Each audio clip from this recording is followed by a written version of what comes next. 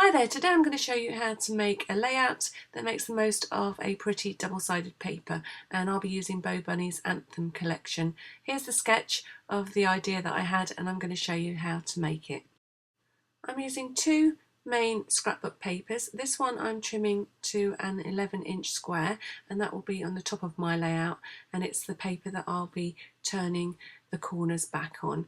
And then the blue paper that you can see in the picture, I'm just going to trim off that white strip and make it into a 12 by 12 square. So use a corner punch to round the edges of your 12 by 12 paper and your 11-inch square paper. I'm using a 4.5-inch square photograph for the centre of my layout. So I'm drawing the square for the aperture, and I worked out that I want a 5-inch square. So if you take 5 inches away from 11.5, and as you can see I got it wrong the first time here, you get 6 inches left, and you want a 3-inch border all the way around your page. So I'm using that small centre square, which I've drawn a line corner to corner, and then you're going to use your craft knife to cut along that line.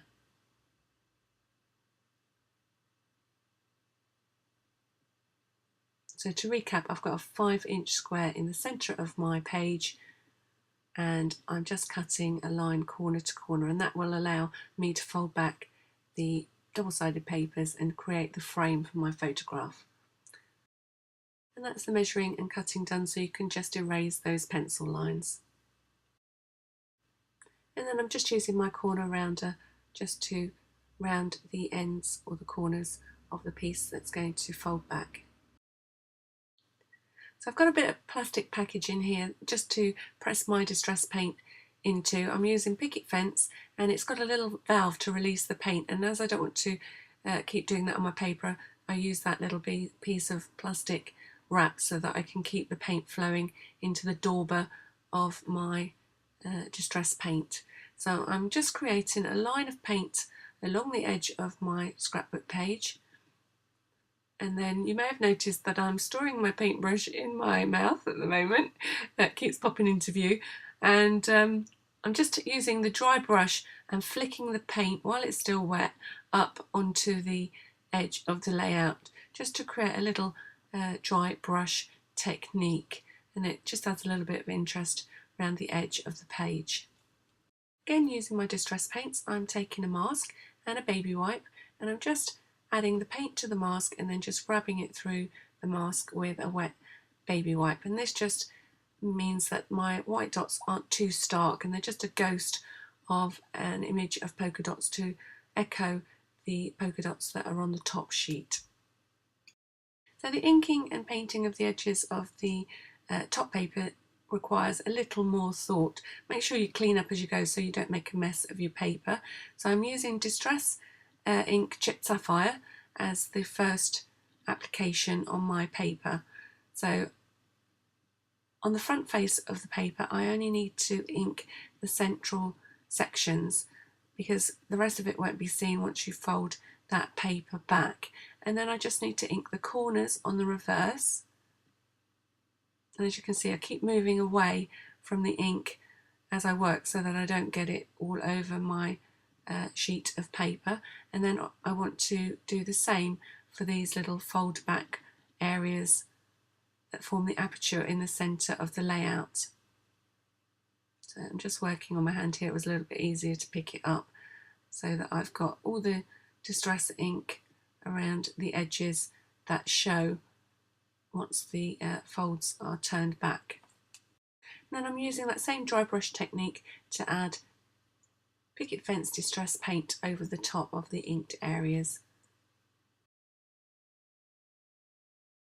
Next, I'm taking an unmounted background stamp. I'm using it unmounted because it allows me to create a little bit more interest just by randomly stamping the image over my page, and I'm using a combination of chipped sapphire and fired brick that coordinate with the papers that I'm using.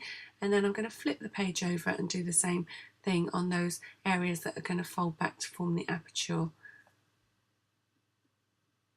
And then finally just bringing in a little bit of white again into that centerpiece that's going to fold back. Next we're going to fold our aperture into place. So you're going to actually roll them back rather than fold them, and you're going to hold them in position and then just use a mat pin or something similar, a poker tool, to create the hole for your brad. So I've just got a bit of sponge that I'm working with and a mat pin, and then I can push my brad through into my foam and then opening it up on the reverse of the paper. And remember, this is a roll rather than a fold. It creates a nicer effect if you roll it back. You get a little bit more dimension. I didn't have enough of the enamel brads, and this actually tricked me because I came up with a plan, and when I've gone back to do this voiceover, I'd forgotten that I'd done it.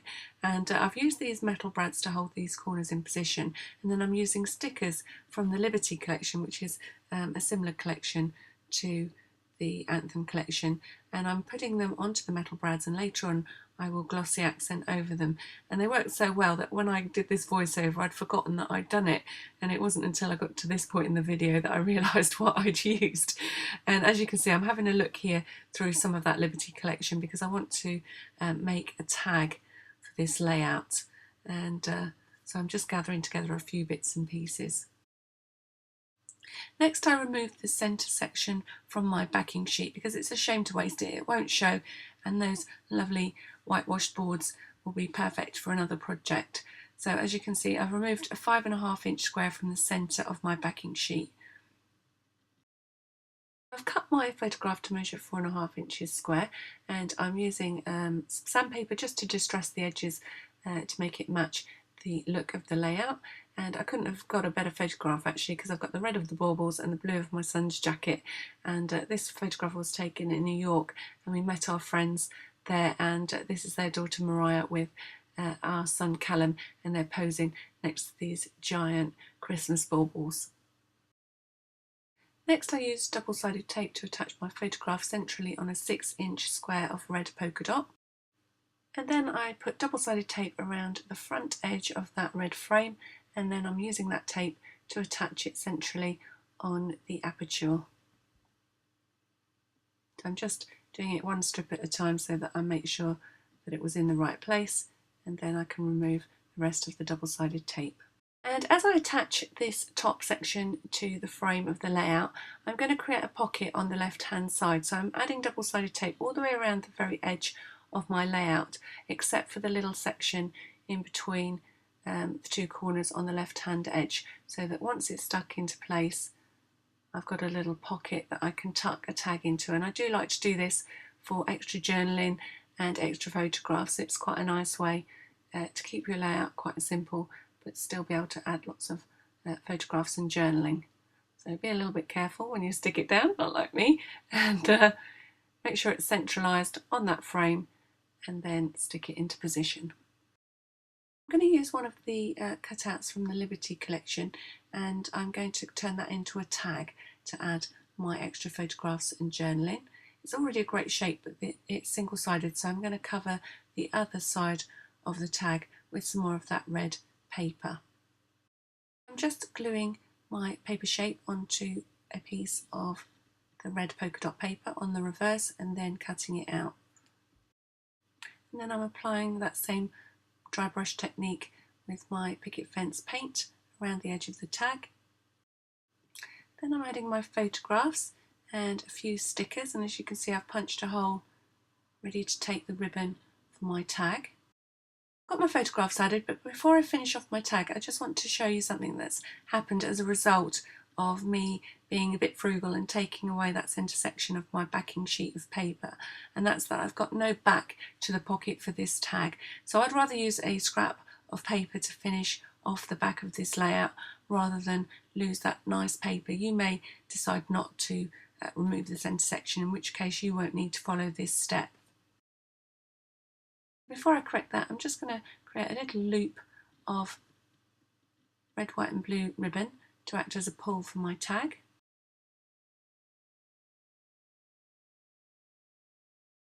And then I'm just popping a couple of foam pads just under that leading edge of the pocket, and that's just to lift it up a little bit and to keep it away from the tag, to stop it sticking as I take it in and out of the layout. And as you can see, there it is in position. And I'm just going to add a couple more of those foam pads to create the lift so that the tag slides in and out easily. And then I've cut an 8-inch square of cream card, and I'm going to attach that over the aperture to finish off the pocket. First, I'm creating a channel so that my tag doesn't get lost with some strips of double-sided tape, and then I've got double-sided tape all the way around the edge of my cream cardstock, and then I'm just going to attach that centrally on the back of my layout to neaten everything up. You should now be able to slide your extra tag into that pocket.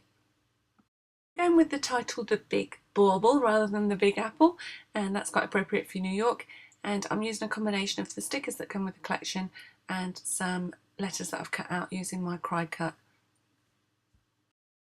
And I'm just adding a little bit of that white dry brushing to the letters before I stick them in position on the layout.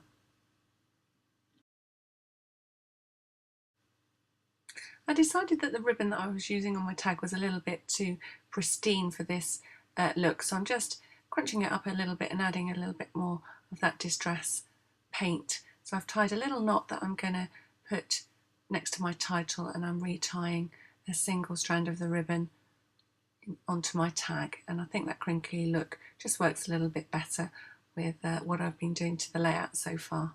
And I'm just adding some extra journaling to my photograph, so New Year in New York, and I'm also adding the fact that it's Mariah and Callum in the photograph and that it was taken in 2010. As you can see, I've added some strips from a red border sticker onto the front of my page, and I've done my journaling on my tag.